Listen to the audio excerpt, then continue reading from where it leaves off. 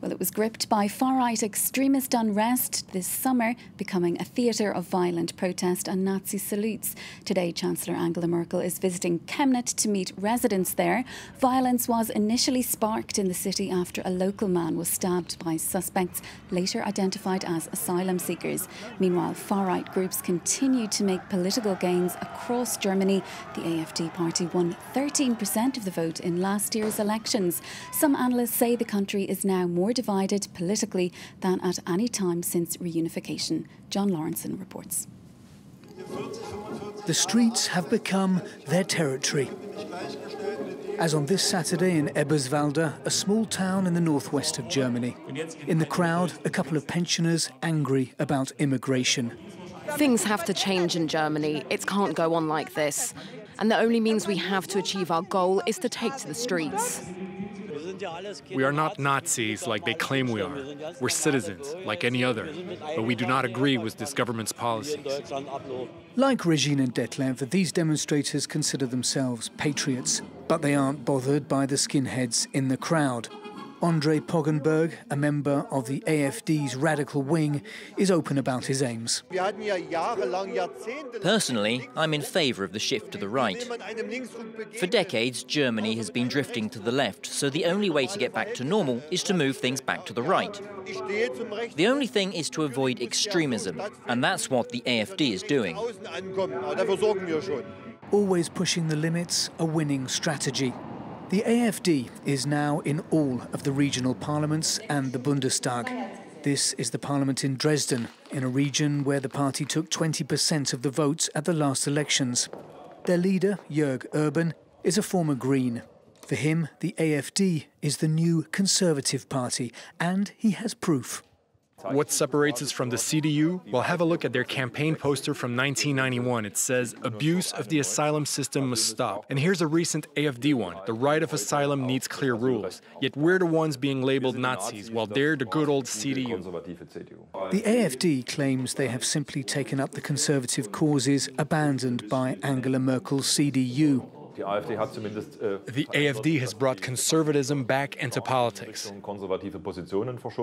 One could say that the AfD owes a big part of its success to the CDU abandoning its conservative positions and values, especially on issues regarding family and law and order. The AfD calls itself New Right, as here in Dresden, it regularly answers the call of the Islamophobic Pegida movement to take to the streets.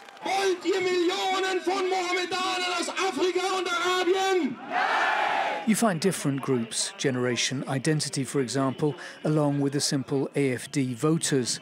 But the New Right is also a group of publishers of books and magazines whose circulation is increasing.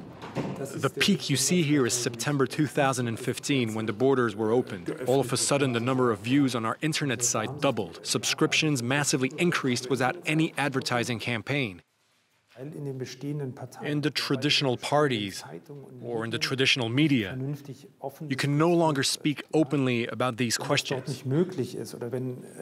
And when you feel marginalized inside the CDU or the Social Democrats, then you turn towards a party like the AfD, even if it is presented as being far-right.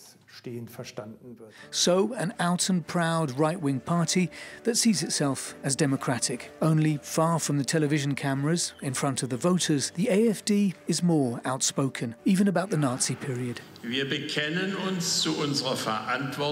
We recognise our responsibility for those 12 years of our history. But Hitler and the Nazis are no more than a bird dropping in our 1,000-year history. Stefan Lauer has been observing this new right for years. For him, only its form distinguishes it from the radical extreme right. A classic far-right party will say foreigners out, while the new right won't say it so openly, but instead use terms such as remigration. They use more intellectual terminology for similar ideas or ideology. It's just a question of making those ideas more acceptable for the public at large.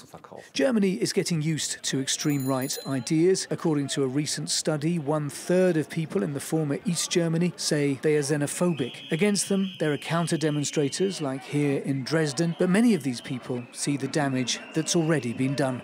These people have succeeded in increasing the level of fear and hatred that's directed towards foreigners, towards other people here in Germany. With them, it's the entire far right that's gaining strength and attracting more and more people. I hope one day these people realise the harm they're doing. But meanwhile, I find all this very frightening. The Constitution Protection Office will soon decide whether to place the AfD under observation. But its ideas have already taken root in German society.